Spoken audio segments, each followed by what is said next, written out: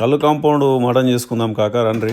ఒక దగ్గర మటన్ తీసుకొని ఒక చెంచా జింజర్ గార్లిక్ వేయరి, కారం వేయరి, మీకు నచ్చినంత వేయరి. ఓకే. సో నేనైతే అందాజా వేస్తూ ఉంటా. దాంట్లో మటన్ మసాలా వేయరి కాక ఒక నిమ్మకాయ పిండురి, హాఫ్ నిమ్మకాయ పిండురి గట్టిగా. ఓకే. పిండిన తర్వాత ఒక్క చిన్నగా నూనె పోయిరి. ఎంత ఏ నూనె ఉంటే ఆ నూనె పోయిరి, పర్టికులర్ ఏం లేదు. కాకపోతే మంచి నూనె వాడురి, అడ్డమైన నూనె వాడకురి. దాని అట్లా మొత్తం కలుపురి కాక. ఓకే. కలిపిన తర్వాత మొత్తం కలపాలి. కలిపిన తర్వాత దాన్ని ఒక 2 నిమిషాలు పక్కకు పెట్టాలి కాక. అంతే, అంతమించి ఏం లేదు. ఇదేంటంటే మా ఊరు దగ్గరలో కలుదానికి పోయినప్పుడు, కలుదానికి పోయినప్పుడు కలు కాంపౌండ్లో వండుతుండే అనమాట. ఆడ ఏమి వేయడు, దాంట్లో ఉప్పు కారం నూనె అంతే. సో ఇక ఇట్లాంటిది పక్కన పెట్టుకోవాలా. ఎప్పుడైనా సరే వంట చేసేటప్పుడు మజా వస్తుంది. ఓకే.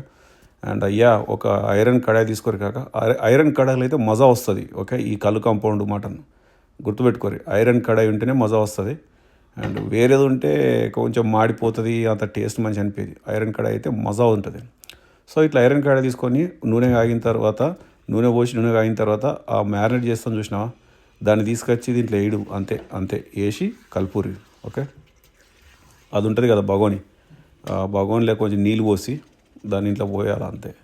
ఓకే. సో కాకపోతే ఇక అప్పట్లో మస్తు తింటుండే ఇంకాక. ఎందుకంటే ఆడెంతనో ఇంత ఛార్జ్ చేస్తుండే. ఓ 100 రూపాయలు తీసుకొని ఇంత పెట్టిస్తుండే అనమాట. కాకపోతే టేస్ట్ మాత్రం మస్తు ఉంటుండే. దవడలకి వెళ్ళి నీళ్ళు ఊరుతాయి ఇవి తింటే ఉంటే.